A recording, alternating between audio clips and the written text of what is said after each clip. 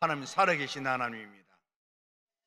먼저 우리 한국에 이런 기도의 동산이 있다는 건 너무 고마운 일입니다.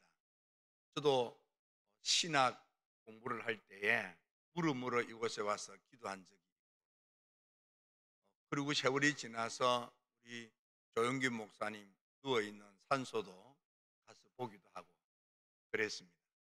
오늘 이 기도의 동산에 오신 여러분, 이곳에서 영맥을 이어가는 김은철 원장님을 비롯해서 돕는 모든 분들의 노고에 제가 감사하다는 뜻으로 우리 축복의 박수 한번 해드리겠습니다.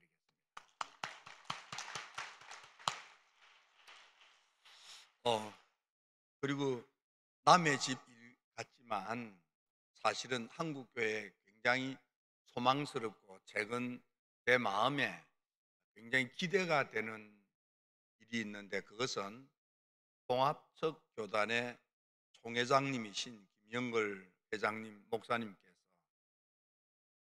성령의 능력으로 부흥한 교회라는 타이틀로 말씀을 전하신 것을 제가 보았습니다. 너무너무 고맙고 감사한 것은, 가장 성경적인 목회를 추구함으로 한국 교회를 살리자고 하는 그 의도가 눈에 보여서 한국 소망이 있다. 너무 좋았습니다. 바울 목회의 영역을 이어가겠다는 뜻, 바로 그 열의를 말씀을 통해서 제가 느꼈기 때문입니다. 구약성경 이 에스겔서 37장에 있는 그 마른 뼈다귀 속에 생기의 바람이 들어가 마른 뼈다귀 같은 한국교회가 살아나는 것을 꿈을 꾸면서 말씀을 전하는 게 너무 가슴이 와닿고요. 그래서 기대가 되는 거예요. 나는 그 목사님께서 섬기는 기간 동안에 통합적 교단에 새바람이 불었으면 좋겠습니다. 게다가 부회장, 부총회장으로 스님 대신 여천교회 정운 목사님, 그 정운 목사님은 제가 몇 차례 목회 현장에 가서 뵌 적이 있는데, 목회자로서 존경스럽고 목회자로서 가까이 하고 싶고 목회자로서 축복하고 싶은 그런 목사님. 한국교회가 정운 목사님의 목회가 좀 더 확산되었으면 좋겠다, 그런 마음이 솟구치는 그런 정말 보기 드문 목회를 하고 계시는 걸 보았습니다. 그분의 목회 현장에 말씀의 충만함, 성령의 능력이 얼마나 뜨겁게 역사하는지, 살아있는 한국교회.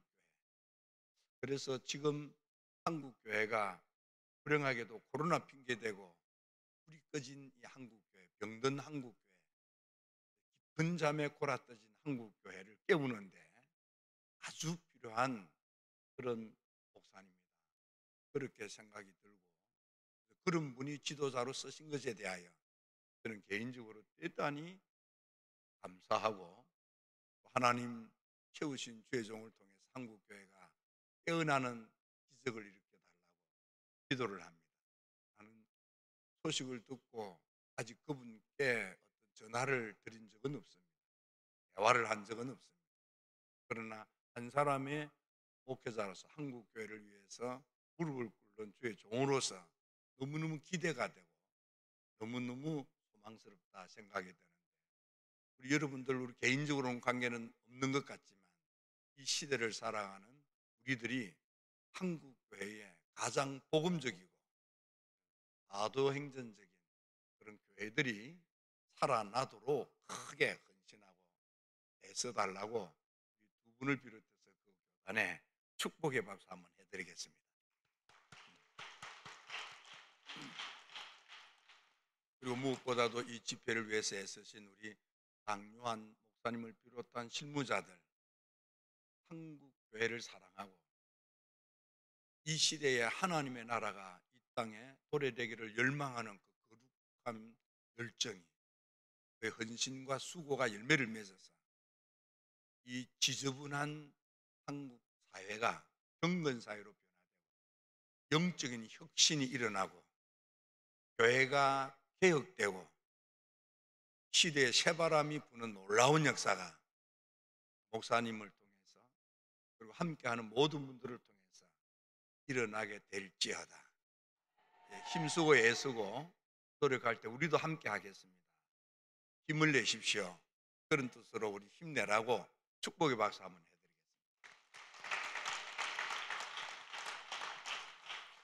할렐루야. 아무래도 여기에 계신 분 저를 아마 처음 보신 분들이 대부분일 거라 생각이 돼서 몇 가지 말씀을 드리면서 은혜를 나누겠습니다. 저는 엄격한 유교 집안에 태어났습니다. 목사가 될 그런 믿음도 없었는데 신학을 하게 되었습니다. 그러다가 여기 가까운 화곡동에 있는 국군 종합병원에서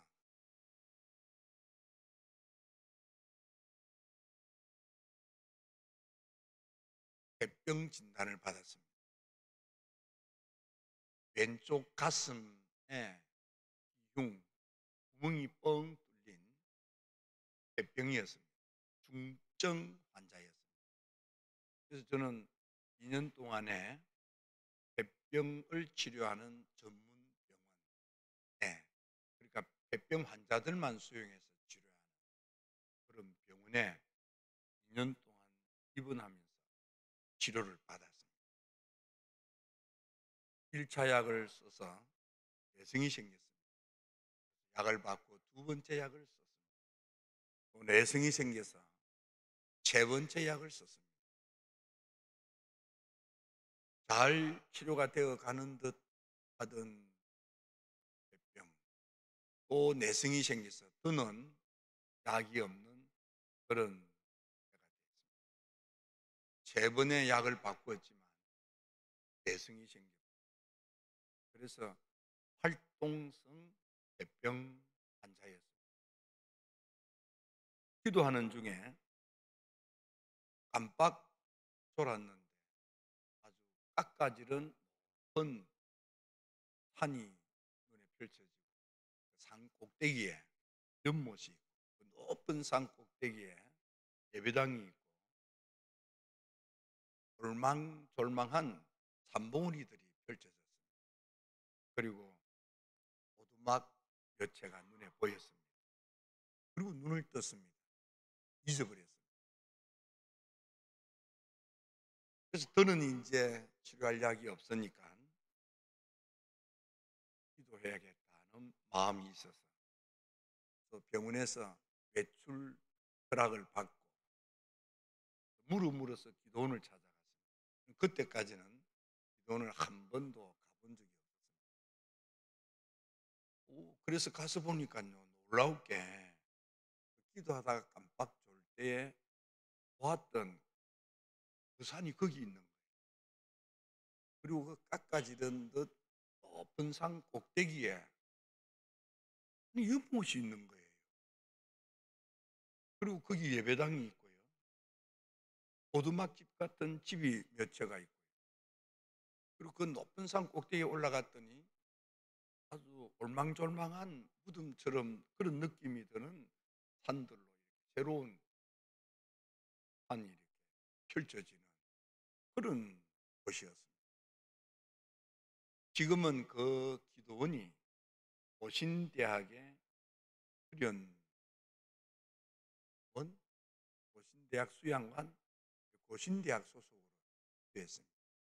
그때 당시는 머리가 허연 할머님이 기도원 원장으로 저는 그 기도원에 올라가서 식사를 하는데 얼마나 밥맛이 좋은지 맛있게 먹었습니다.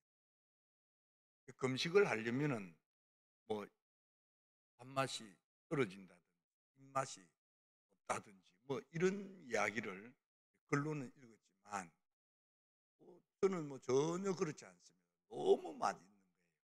그래서 밥을 맛있게 먹고 있는데 할머님, 머리가 허연 할머님 원장님께서 그때 당시는 기도원에 사람들이 아주 많았습니다. 식사를 하시다가 큰 소리로 금식 기도하면 참 좋은데 하시는데 그 많은 사람들 가운데 꼭 꼬집어서 날 들으라고 말씀하시는 듯 그렇게 난 느껴졌어요. 그래도 너무 맛있어서 맛있게 먹고 나왔습니다. 그 다음 식사 시간에 또 밥을 먹는데 글쎄 그 할머님이 식사를 하시다가 말고 금식 가면 영이 모욕하는 거고 너무 좋은데 이러시는데 꼭 날 보고 지목해서 하시는 말씀처럼 내게 느껴졌어요. 그리고는 이거 어떻게 해야 되나 그때까지는 한 번도 금식 기도를 해본 적이 없었습니다. 그래서 식사를 마치고 난 뒤에 나와서 예배당 앞 계단에 앉아서 이 생각 저 생각하고 앉았는데 할머님이 내 등 뒤에 오셔서 날 찾았다면서요. 그래서 벌떡 일어나서 보니까 할머님이 내게 왔어요. 할머님에게 저는 사실은 대병 환자인데 입원해 있습니다. 세 번째 약을 썼지만 이제는 내성이 생겨서 저는 방법이 없는 것 같습니다. 하면서 이야기를 하는 중에 나도 모르게 내 마음에 아직 결심도 서지 않았는데 내 입에서 금식 기도 하려고 하는 말이 그냥 여기서 툭 터져 나오는 거예요. 그랬더니 할머님이 이리 오라고 그러면서 방을 하나를 가르쳐 주면서 이 방에 들어가서 기도하라고 40일 금식 기도하는 방이라고 그 방에 들어갔어요. 그 방에서 이제 들어가서 기도를 해야 돼 갔는데 할 기도가 없는 거예요. 하나님 고쳐주세요, 하나님 살려주세요 이런 것도 없고 그냥 상식적으로 이제는 그런가 보다 하고 이제 그냥 죽음도 받아들이는 왜냐하면 병원에서 죽어가는 사람들을 너무 눈으로 보았어요. 그런데 이제 죽어서 하나님 앞에 가면은 성경은 여러 번 통독했는데 찬송가는 처음부터 끝까지 불러본 적이 없다는 생각이 들어요. 그래서 찬송가나 불러볼 거나 이런 마음으로 찬송가를 펼쳐서 부르게 되었습니다. 처음부터 끝까지 불러볼 요랑으로. 그때 찬송가는 거룩이 일장이었어요.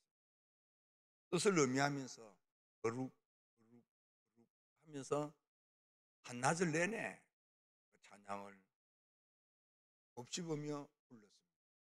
크게도 부르고 작게도 부르고 빨리도 부르고 느리게도 부르고 뜻을 의미하면서 그렇게 반복해서 한낮을 내내 불렀습니다. 그리고 오후가 되자 찬송가 이상 그때 당시는 전능왕 오셔서 그 찬양을 부르게 되었습니다. 뜻을 의미하면서 그 찬양을 부르는데 이상하게도 삼위일체론적으로 잘 정리가 되어져 있고 왠지 모르게 내 마음에 굉장히 이렇게 와닿는 거예요. 또 오후 내내 또 그 찬양을 부르고 또 부르고 부르고 또 부르고 한없이 반복해서 불렀습니다. 그날 따라서 오후에 갑자기 그냥 소낙비가 쏟아지고 천둥 번개가 치는데 천둥 소리에 오후 높은 산이 막 흔들리는 거예요. 높은 산이 흔들리니까 제가 기도하는 그 음악집도 말이야 들들들 흔들리는 거예요. 그런데 이상하게도 비가 쏟아지고 천둥 번개 치고 그래도 전혀 거기에 개념치 않고 계속 찬양을 부르다가 몸이 좀 뜨거워지는 걸 느꼈어요. 그렇게 해서 주말이 됐습니다. 그 산에서 이제 하산하여 병원으로 가게 됩니다. 나는 지금 기도원에서 내려와서 병원 가면 되잖아요. 근데 기도원에서 내려오니까 거기에 마을에 조그만한 병원이 하나 있었어요. 이원이 하나 있었어요.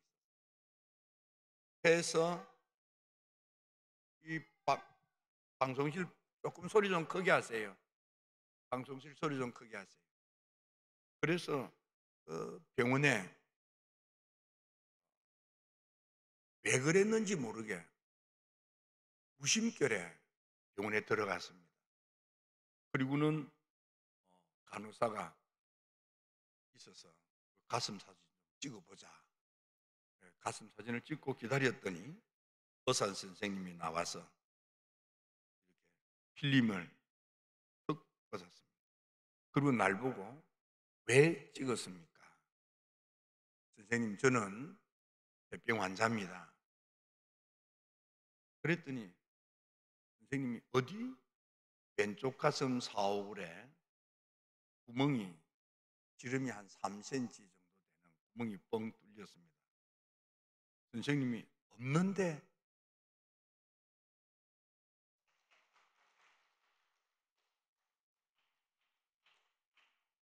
그 병은 손이 안 가는 병입니다. 그래서 나와서 군에 가게 됐습니다. 가원에서 가게 됐습니다. 어,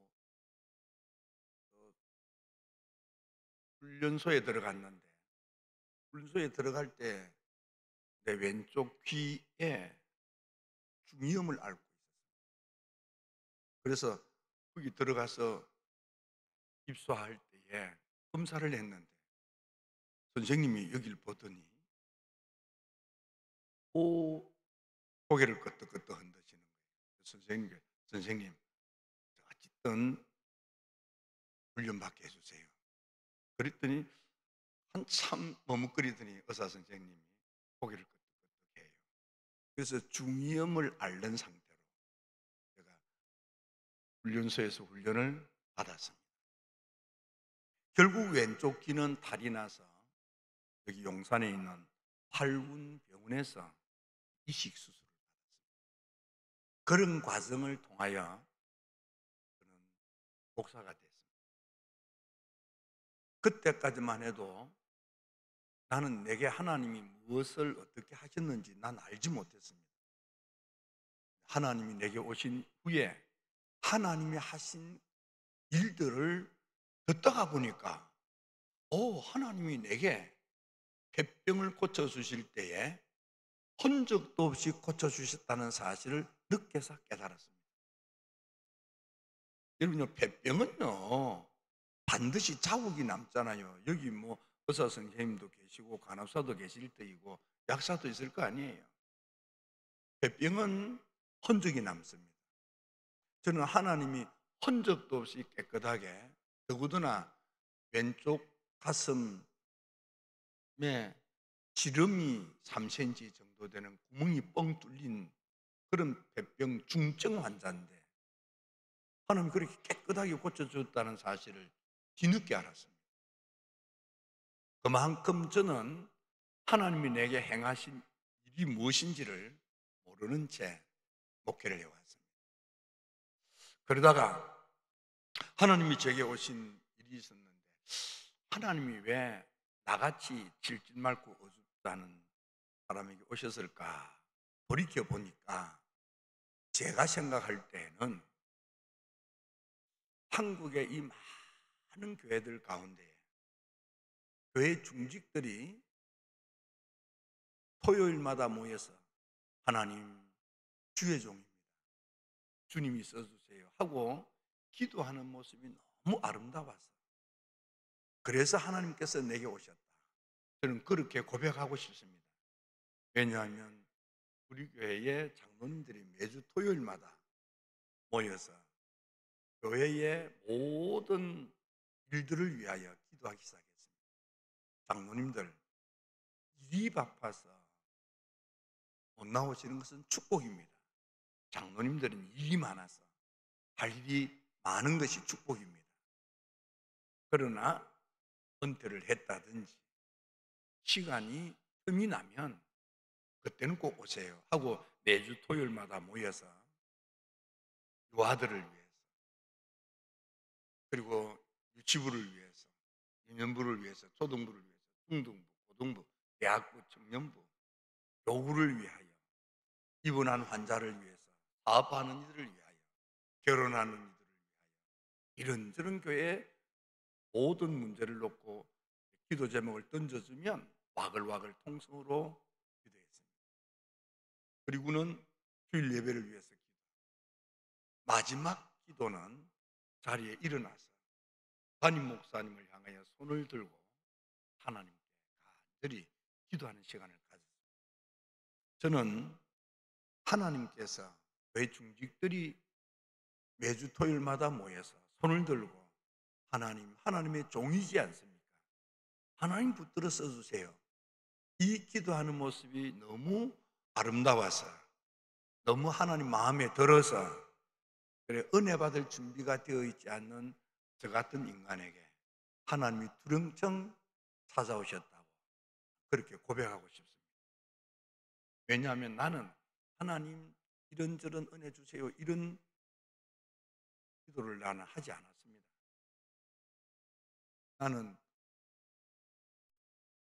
겉으로는 열심히 목회하지만 하나님이 없는 목회, 입으로는 하나님 이야기하지만 하나님이 목회 현장에 실제로 능력으로 역사하는 일들을 그렇게 즐기지 않으면서 목회를 했었습니다.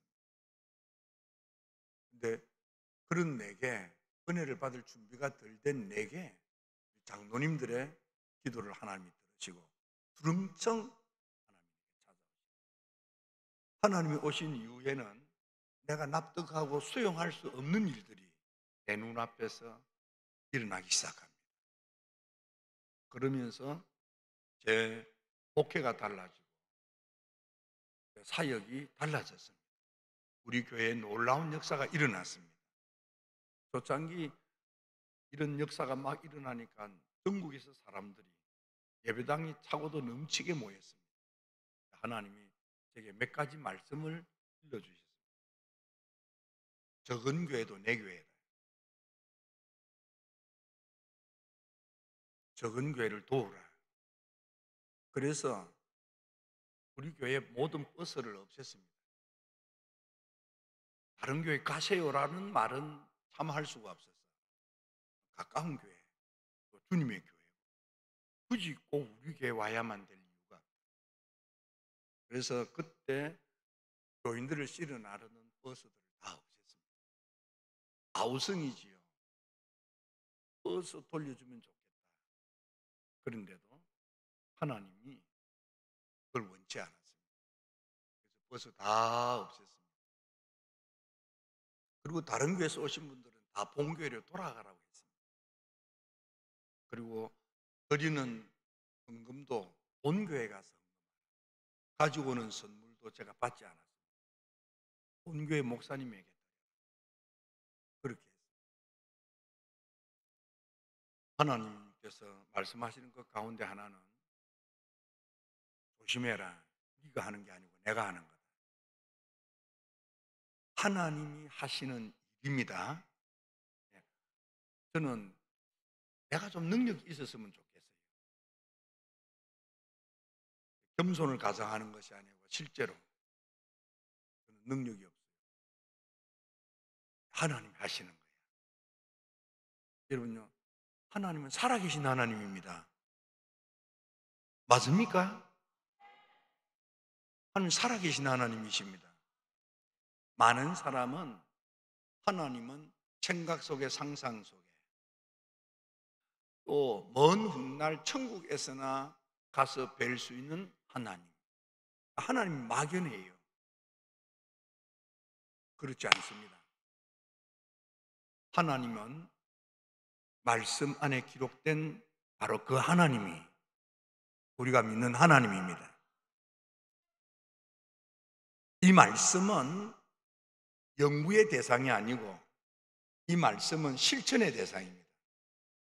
이 말씀이 실천적으로 말씀대로 여러분에게 이루어지기를 주의 이름으로 축원합니다. 성경은 성경시대에 그러했던 것처럼 오늘도 여전히 앞으로도 분명히 이루어질 영원하신 언약의 말씀입니다. 과거에는 그랬지만 이제는 취소다. 그런 거 없어요. 어제나 오늘나 영원토록 동일하신 하나님이시고 마지막 날까지 1.1핵도 가감할 수 없는 언약의 말씀이 바이블입니다. 그러므로 여러분들은 성경을 이렇게 편파적으로 보지 마시고 성경을 통째로 보시기를 축원합니다. 그런 의미에 있어서 우리가 성경을요 통독한다는 것이 굉장히 의미가 있습니다. 성경 통독은 하고 나면 잃어버려요. 근데 잃어버리는데 잊어버리는 것 같아도 사실은 머릿속에 남아 있습니다. 그래서 성경을 통독하는 사람은 대체로 이단에 잘 넘어가지 않습니다. 몇 장 몇 절은 잘 몰라도 이단의 이야기를 들으면 이건 아닌데, 이건 좀 지우치는데, 뭐 이런 걸 이렇게 감이 와요. 그래서 여러분들은 할 수만 있으면 성경을 통독하는 그런 훈련을 하는 것도 굉장히 좋습니다. 이 이단에 빠지는 사람은 성경을 통독하지 않고 부분적으로 읽는 거예요. 그래서 이단에 빠지는 것입니다. 하나님이 오신 이후에 내게 주신 많은 경고의 말씀이 있습니다. 여러분, 우리는 조금 잘못하면 내가 한다고 하면서 내가 그럴 위험이 있습니다. 아니요, 우리가 원하는 것보다 하나님이 우리를 향한 사랑이 너무 커서 하나님이 주권적으로, 하나님이 직접, 하나님이 자유롭게 하나님은 역사하시는 거예요. 이 하나님의 주권적인 역사가, 하나님의 이 직접적인 역사가, 하나님의 자유로우신 역사가 여러분에게 일어날지어다, 일어나게 될지어다.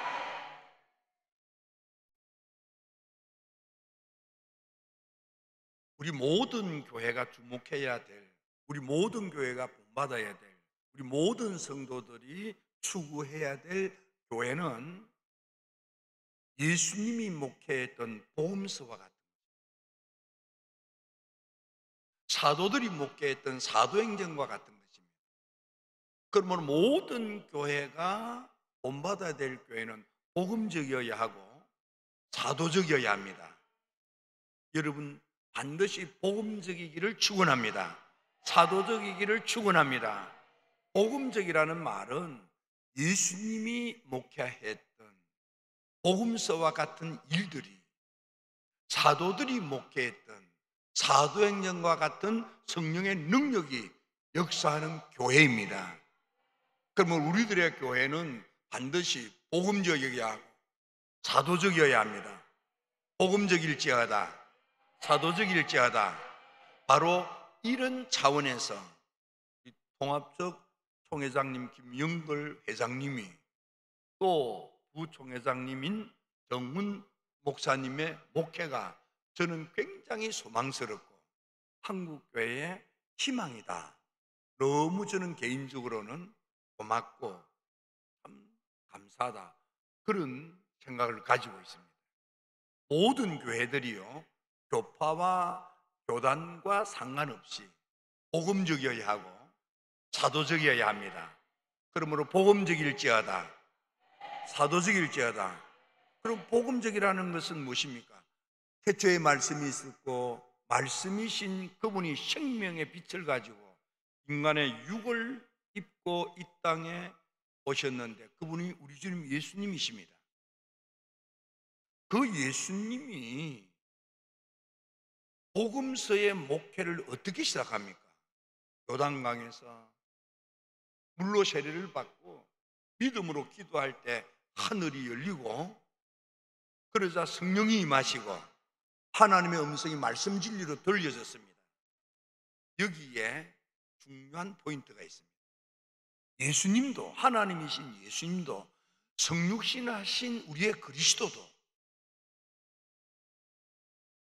30년 세월 접고 3년 동안 그리스도로 목회할 때에 그리스도 목회 시발은 성령 충만한 은혜와 하나님의 음성을 말씀 진리로 듣는 이 두 가지 은총의 지팡이, 은혜의 지팡이와 말씀의 지팡이, 은혜의 충만함과 말씀의 충만함. 예수님은 은혜의 지팡이로, 말씀의 지팡이로 그리스도 목회를 하신 거예요. 모든 교회는 성령 은혜와 말씀이 충만해야만 됩니다. 여러분들 교회 안에 성령 은혜가 충만할지어다, 말씀이 충만할지어다, 이게 딱 균형 잡혀야만 돼요. 근데 어떤 영적인 대가들은 그럼에도 불구하고 잘 봐라, 예수님도 성령 충만 은혜를 받고 하나님의 음성을 말씀 진리로 받지 않느냐. 그러므로 성령 은혜를 충만히 받는 것이 우선이고, 성령 충만한 은혜를 받아야 하나님의 음성이 말씀 진리로 들려진다. 기록된 말씀이 하나님의 말씀이지만 그 말씀이 살아서 내게 하나님의 음성으로 들려지기 위해서는 성령의 은혜의 신비한 조명이 필요하다. 그러므로 성령 충만함을 받아라. 그래야 말씀이 진리로 내게 다가온다 그랬습니다. 어쨌든 여러분요, 성령 충만한 은혜가 있을지어다, 말씀의 지팡이가 분명할지어다, 이게 예수님의 목회예요. 그랬더니 성령 충만하니까 예수님도 누가복음 4장 1절에 보면 하나님이신 예수님이신데 예수님도 자기 생각대로, 자기 뜻대로, 자기 감정대로, 자기 형편대로 하지 않았습니다. 성경을 문자적으로 보면 예수님도 성령에 붙들려서 성령의 이끌림을 받습니다. 성령의 이끌림, 성령의 리더를 받는다 말이야. 성령에 이끌려서 성령의 사람이 되어서 성령 목회를 했다 그 말이에요. 여러분, 성령에 충만하여, 성령에 충만하다는 말은 성령한테 이렇게 사로잡혔다, 그렇게 생각해도 되는 거예요.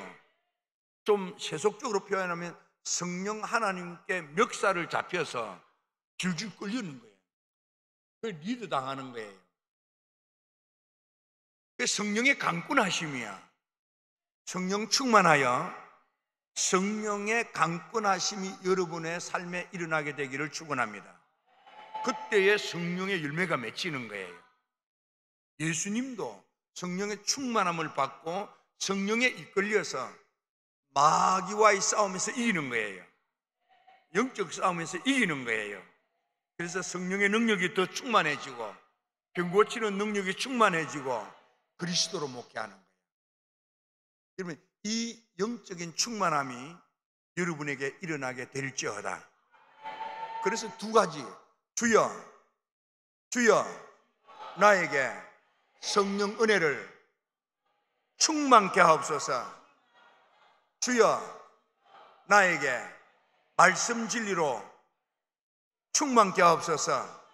성령 은혜가 충만할지어다, 말씀 진리가 충만할지어다. 이게 딱 균형을 잡혀야 돼. 이게요, 말씀 없는 성령 충만함은 신비주의로 떨어질 위험이 있습니다. 은혜가 없는 말씀은요, 율법주의 서기관으로 떨어질 위험이 있습니다. 두 개가 조화를 이루어야만 돼. 이게 복음서의 예수님입니다. 여러분들 교회 안에, 여러분의 신앙생활에 성령 은혜와 말씀이 균형 잡힌 복음서와 같은 성도가 될지어다. 더구나 사도행전에 나타나는 사도들을 보십시오. 예수님을 담임 목사님으로 믿고 따랐던 제자들, 예수님으로부터 말씀을 듣고 예수님의 목회를 눈으로 보고 경험했던, 그리고 누렸던 제자들, 그럼에도 불구하고 그들은요, 예수님의 제자답지 못했습니다. 예수님이 잡히시던 날 자기 살려고 예수님을 버리고 다 도망질을 쳤어요. 위기가 올 때에 나냐 예수냐라고 할 때에 예수님을 위하여 목숨을 내어놓는 헌신자가 되지 못했습니다. 내 생명 살자고 예수를 버리고 도망질을 쳤던 이가 제자들입니다. 그런 쪼잔이 제자들이 목숨을 내어놓고 복음을 전하는 위대한 사도가 될 수 있었던 것, 그들이 성령 충만함 때문입니다. 그러니까 예수님의 제자들은 예수님을 목격하면서 예수님을 믿고 따르면서 예수님의 말씀을 듣고 예수님의 사역을 눈으로 보고 예수님의 사역의 혜택을 누리면서 그들은 부족한 것이 있었는데 요한복음 7장 39절에 아직도 성령 충만함을 못 받았습니다. 그랬던 그가 다락방에서 열 동안 금식감에 매달려 기도할 때에 하늘이 열리고 성령이 확 임했습니다. 성령 충만할지어다, 성령 충만할지어다.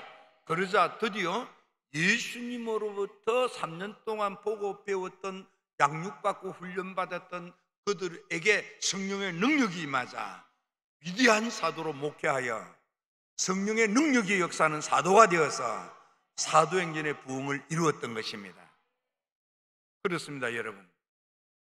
오늘 우리 한국교회는 말씀은 있는 것 같은데 성령의 능력이 없습니다. 여러분에게 성령의 능력이 실천적으로 나타나고 있습니까? 불행하게도 많은 이들이 교회는 다니고 믿음 생활은 하고 성경은 아는 것 같은데 성령의 능력이 역사하는 실천적인 실제로 일어나는 하나님의 은혜의 역사가 내 안에 일어나지 않고 있지 않습니까? 이게 우리들의 문제입니다. 이게 능력 없는 그리스도인, 무능한 교회가 된 것입니다. 하나님의 능력이 역사하는, 하나님이 우리와 함께 한다면 그러면 그 하나님은 못할 것이 없는 능력이 많으신 올마이티 가시에요. 그렇다면 그 못할 것이 없는 능력 많으신 그 하나님이 우리와 함께 하신다면 하나님이 그냥 발짱 끼고 계시는 분이십니까? 그건 아니지요. 우리가 하나님을 사랑하는 건 하나님 사랑하는 거라고 말할 수도 없을 만큼 하나님은 참으로 우리를 사랑하십니다. 하나님은 우리를 얼마나 사랑하느냐 하면 아들 예수를 십자가에 못 박아 그 피를 다 쏟기까지 우리를 사랑하시는 분이세요. 그 하나님의 그 뜨거운 사랑이 우리 아버지 하나님이신데 그 사랑을 가진 하나님이 우리를 지켜만 보고 있다가 먼 훗날 심판받을 때 내가 다 봤다, 이놈, 이렇게 하시는 분일까요? 저는 그렇게 생각지 않습니다. 하나님은 살아계신 하나님이시고 못할 것이 없는 능력 많으신 하나님이시고 그 하나님은 오늘 우리 생활 속에 하나님이 역사하십니다.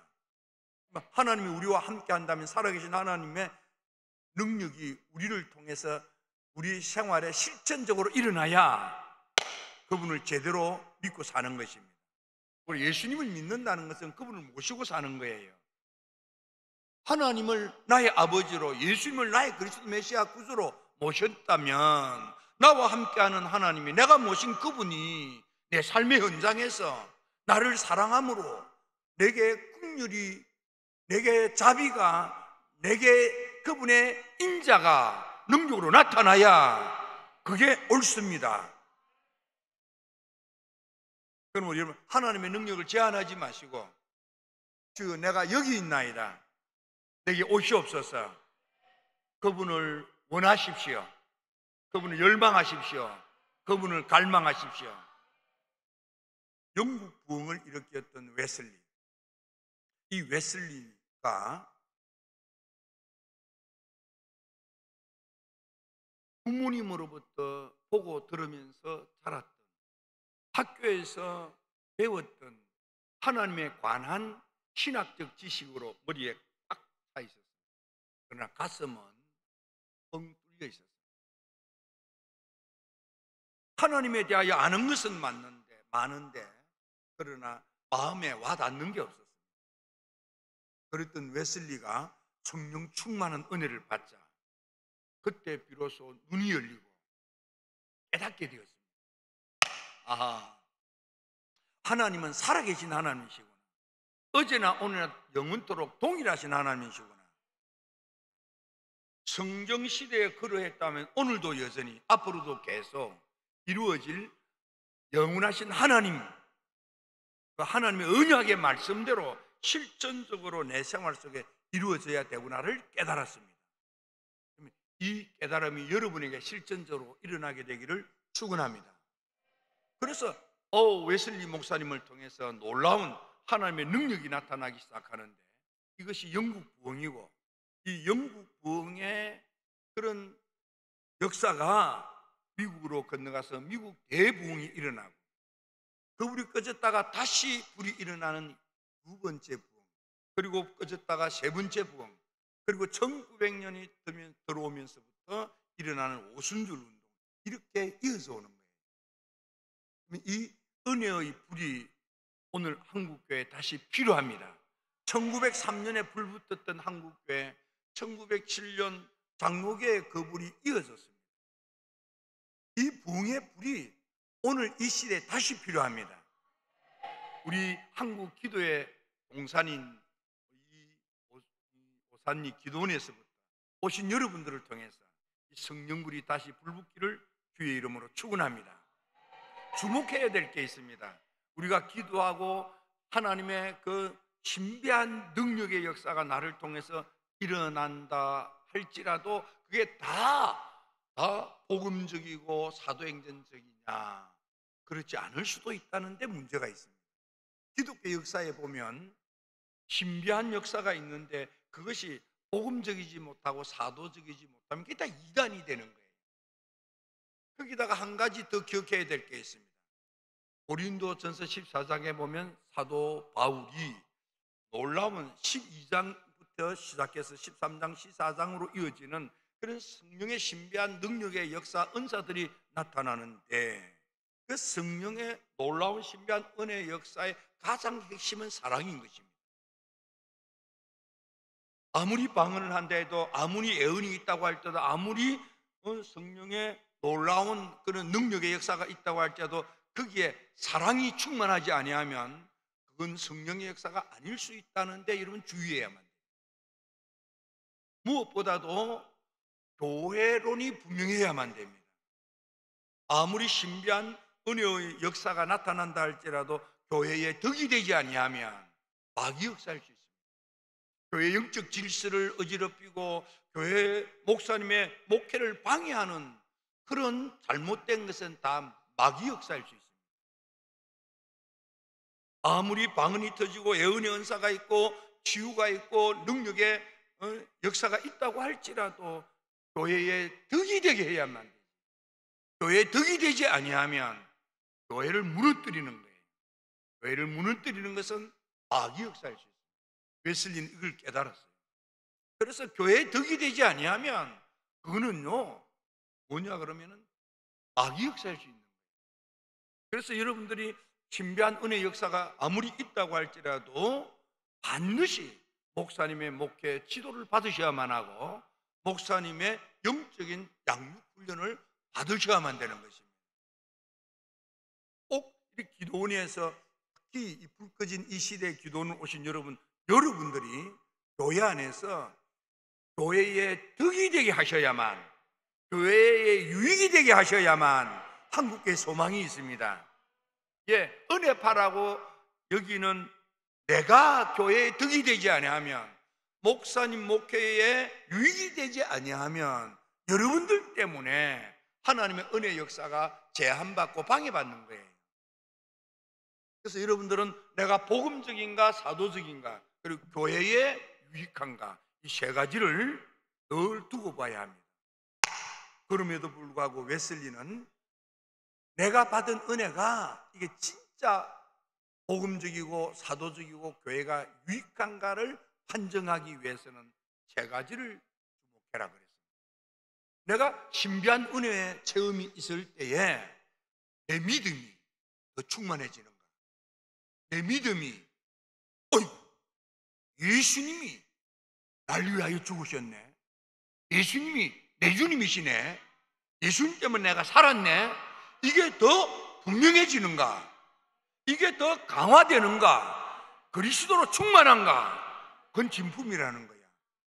그런데 신비한 은혜 체험 뭐 그런 게 있긴 있는데 예수님하고 상관이 없다면 하나님의 그리스도를 통한 구속의 역사를 방해하는 마귀 역사일 수 있다는 거예요. 여러분들은 그리스도로 충만할지어다, 예수로 충만할지어다, 천하인간의 구원을 얻을 만한 다른 이름 없어요. 예수 이름밖에 없어. 여러분요, 하나님의 놀라운 신비의 은혜의 역사는요, 예수를 그리스도로 믿게 하기 위한 하나님의 특단의 역사입니다. 예수님께로 나를 끌고 가면 하나님의 역사일 수 있습니다. 근데 나로 하여금 예수님으로 나아가지 않고 예수님을 등지게 한다든지 마귀 역사입니다. 그래서 성령 충만한 은혜를 받으면은 막 방언이 터지고, 그리고 술 취한 것처럼 몸을 가누지 못하고, 이게 성령 충만의 목적이 아니고 그건 과정이야. 그건 하나의 현상이야. 성령 충만의 목적, 성령 충만의 결과는 믿음이 좋아 하나님을 찬양하는 찬미의 예배자가 되는 거예요. 그것이 사도행전 2장 47절이잖아요. 믿음이 좋아져야만 돼. 더 신앙적이어야만 돼. 예수가 하나님의 아들이고 나를 위한 그리스도 메시아 구주시구나가 더 확 가슴에 와닿아야만 돼요. 이게 성경적이고 사도적이고 복음적이고 교회에 유익이 되는 하나님이 주신 은혜의 역사예요. 그리스도 충만할지어다. 두 번째로, 성령의 충만한 진품 은혜는, 명품 은혜는 정말 성령 하나님의 정품 은혜는 사람이 좋아지는 거예요. 인격자가 되는 거예요. 좋은 사람, 착한 사람, 선한 사람이 되는 거예요. 여러분요, 신비한 은혜 체험을 했다고 하면서도 사람이 야리꾸리하면 그건 야리꾸리한 영에 사로잡힌 거예요. 하나님 진품 은혜가 아니라 이 말이에요. 하나님의 진짜 은혜는 나로 하여금 인격적이고 인품이 살아난다 이 말이에요. 성품이 예수님의 신의 성품을 닮아간다 이 말이야. 내게 있는 그 죄로 오염된 이 타락한 내 심장을 하나님이 뜯어내시고 내 안에 예수님의 심장으로 이식시켜 주는 거예요. 예수 피가 흐르는 거예요. 예수님의 정신이 내 정신이 되고 예수님의 마음이 내 마음이 되는 거예요. 예수님의 스피릿으로 충만해지는 것이고 예수님의 하트가 내 가슴에 뛰는 거예요. 예수님의 블라시 흐르는 거예요. 예수 닮은 성품, 예수님 닮은 심성. 은혜를 받았는데 사람이 배벽고였다. 은혜를 받았는데 사람이 악하다. 은혜를 받았는데 사람이 독하다. 은혜를 받았는데 저 사람이 고약하다. 이거 다 은혜가 아니라는 거예요. 그건 가짜라는 거야. 진짜 성령 은혜를 받으면 좋은 남편이 되는 거야. 좋은 아내가 되고요, 교회에 좋은 성도가 되고요, 사회에 좋은 기업인이 되고요, 좋은 이웃이 되는 거야. 좋은 사람, 선한 사람, 착한 사람이 될지어다. 은혜 받고 좋은 사람, 착한 사람, 선한 사람이 될지어다. 그게 진짜 은혜야. 그게 정품 은혜야. 그게 진품 은혜야. 예, 사람이 악하고 격하고 독하는 것은 그 다 가짜라는 거예요. 그러므로 여러분, 교회에서, 가정에서, 세상에서 악한 쪽에 서지 마세요. 악한 쪽으로 날 끌고 가면 다 그건 가짜예요. 여러분, 악하고 격하고 독한 것은 다 이단으로 가는 거예요. 하나님이 주신 참된 은혜는 사람이 존경받는 좋은 사람, 선한 사람, 착한 사람으로 바뀌는 거예요. 은혜를 받을지어다. 진품 은혜를 받을지어다. 정품 은혜를 받을지어다. 명품 은혜를 받을지어다. 오, 기도원에 갔다가 오, 은혜를 받았다고 하더니 오, 사람이 좋아졌네. 오, 내 신랑이 좋아졌네. 오, 내 아내가 좋아졌네. 우리 성도가 기도원에 갔다 오더니 은혜를 받고 말이야. 오, 좋은 성도가 됐네. 좋은 기업인이 됐네. 좋은 이웃이 됐네.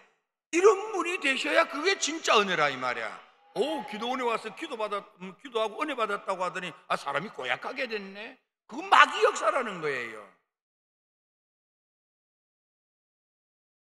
여러분, 정품 은혜를 받게 되기를 주의 이름으로 축원합니다. 그래서 성령 충만한 은혜를 받았더니 교회 안에서 교회 밖에서 온 백성들로부터 칭송받는 사람이 되는 거야. 응? 사도행전 47절에 하나님을 찬미하는 믿음 좋은 사람이 될 뿐만 아니라 사람들로부터 칭송이 자자한 그런 존경받는 사람이 되는 거예요. 5장 13절에도 보니까요, 칭송받는 사람이 됐다. 예, 영어 성경에 보면요, 매우 아주 대단히 존경받는 사람이 되는 거야. 예, 기도원에 와서 기도하다가 은혜 받았다더니 정말 존경스러워졌네. 웨슬리 목사님도 성령 은혜를 충만히 받고 난 뒤에요,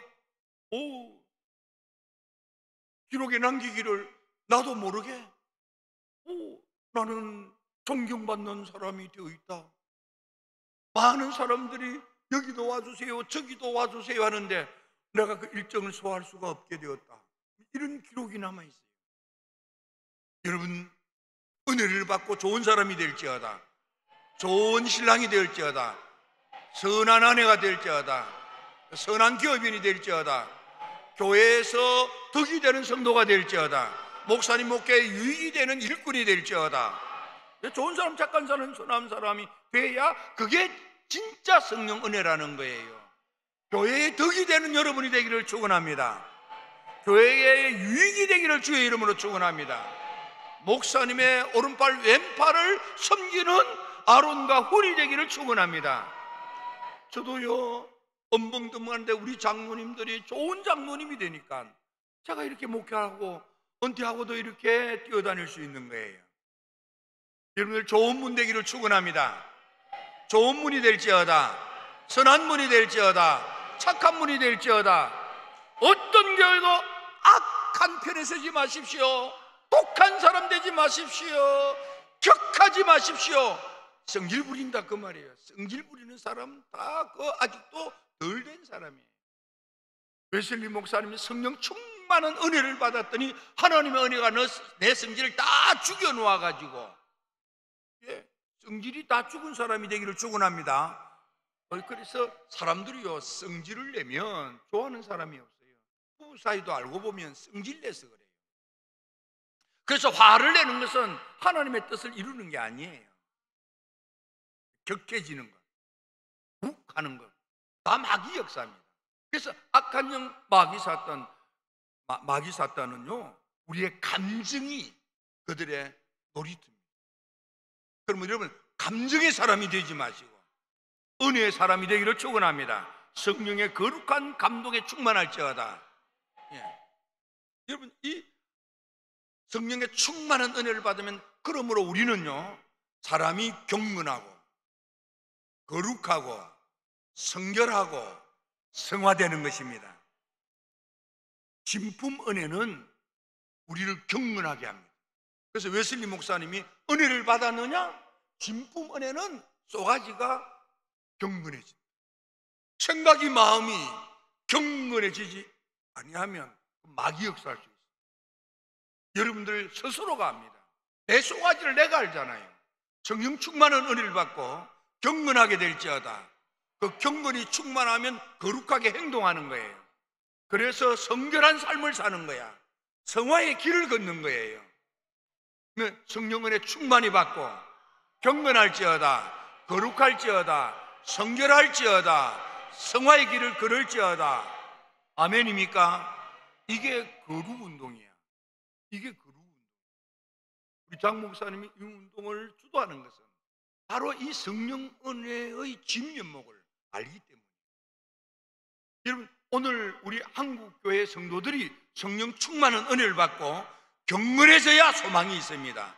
거룩해져야 희망이 있습니다. 성결해야 세상 사람들을 끌어갈 수 있습니다. 성화의 삶을 살아야 천국에 갈 수 있는 거예요. 주여, 주여, 나에게 정품 은혜를 확 주시옵소서.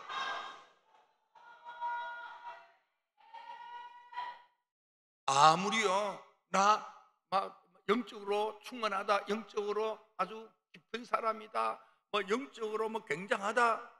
그러나 만일 경건이 없다면, 거룩이 없다면, 성결이 없다면, 성화가 없다면 당신은 가짜야.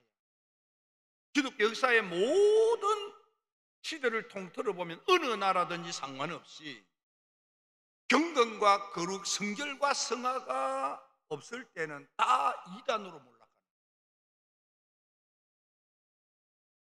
그러므로 이 거룩 운동이 여러분의 신앙 생활의 마지막 열매가 되기를 축원합니다. 아니, 모든 우리 한국 그리스도인들에게 경건이 충만할지어다, 거룩이 충만할지어다, 성결이 충만할지어다, 성화가 충만할지어다. 그럴 때 한국교회에 소망이 있는 거야. 이 미래가 있는 거예요. 특히 여러분들 기억해야 될 것은 이 하나님의 성령의 신비한 은혜 역사가 있을 때에 여러분요, 가장 무서운 유혹 가운데 하나는 탐욕, 탐심입니다.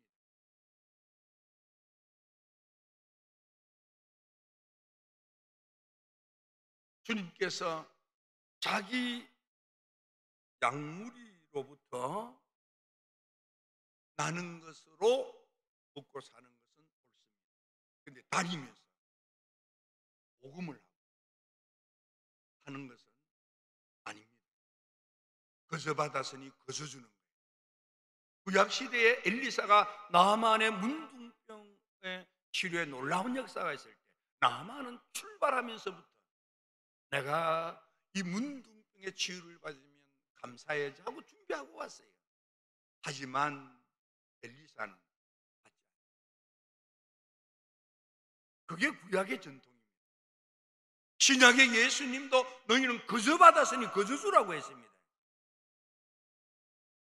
그래서 여러분요, 여러분들 여기 나오세요. 안수 기도받기를 원하시면 나오세요.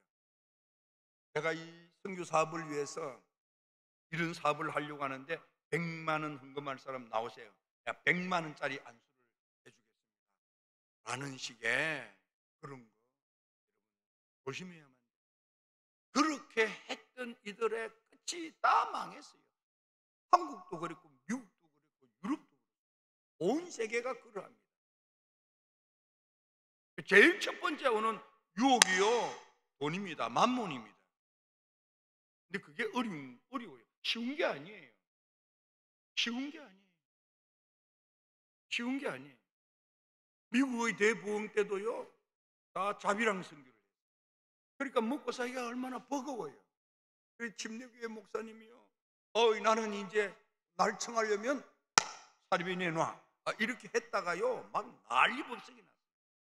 근데 그런 현실을 해결하기 위해서 우리 감리교 같은 경우는 이제 생활비를 책정해, 교단본부에서 생활비를 책정해 주게 돼요.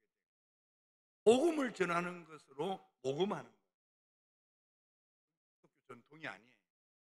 근데 예수님도 그랬지만 사도들도 그러했고, 더구나요 이단 반박을 쓴 이레니우스 같은 경우도요, 귀신이 나가고 각종 병이 났고 심지어는 죽었다가 살아난 사람도 있지만 그것을 핑계로 돈을 모금하는 법이 없다, 이게요 그의 기록에 남아 있어요.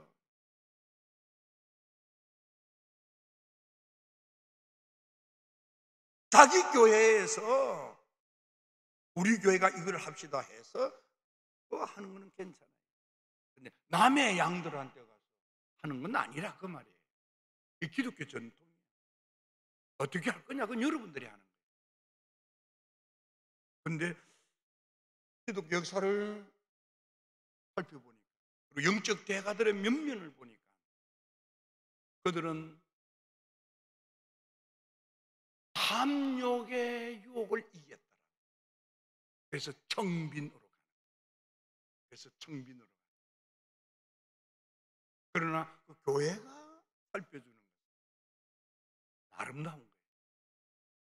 그러나 남의 양들, 남의 양젖을 먹질하고 남의 양털을 깎고 그건 아니라는 거예요.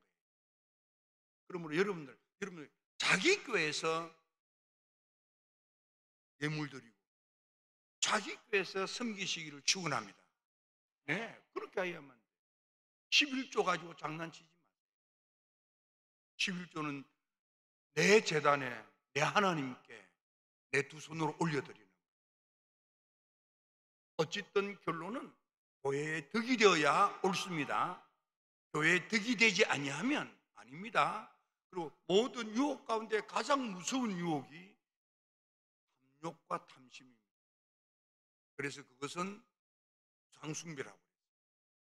기독교 역사에 끊임없이 기독교 역사를 쭉 살펴보면 어느 시대든지 어느 나라든지 상관없이 돈의 탐심을 이기지 못하면 이단으로 가는 거예요. 한국도 지금 그러하잖아요. 거두절미하고. 웨슬리는 말합니다. 진짜 하나님이 주신 정품 은혜는, 진품 은혜는, 명품 은혜는 반드시 믿음이 더 좋아진다. 사람이 더 좋아진다. 경건과 거룩, 성결과 성화의 길을 간다. 내가 경건해지고, 내가 거룩해지고, 내가 성결해지고, 내가 성화되면 그게 진짜 하나님의 은혜. 여전히 내 안에 야리꾸리하면 아직도 당신은 야리꾸리한 사람이야.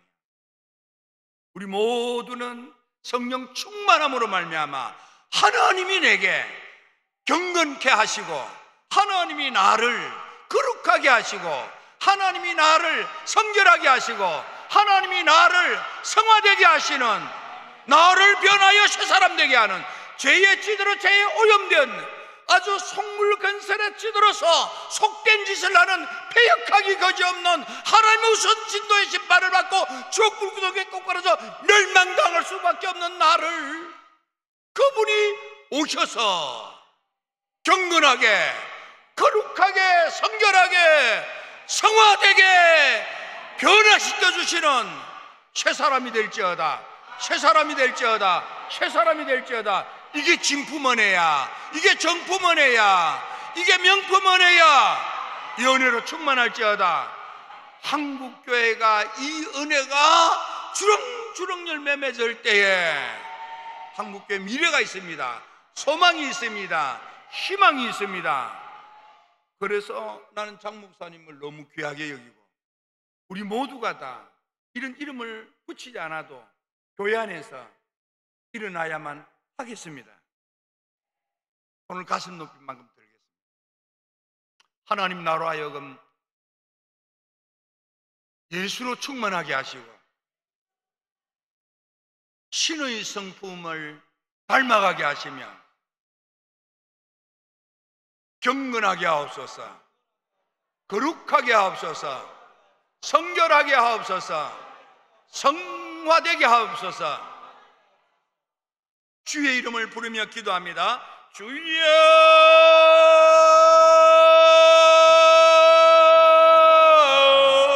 사랑하신 아버지 하나님 감사합니다. 아버지여! 주님이 사랑하시고 인도하셔서 오늘 하나님 아버지여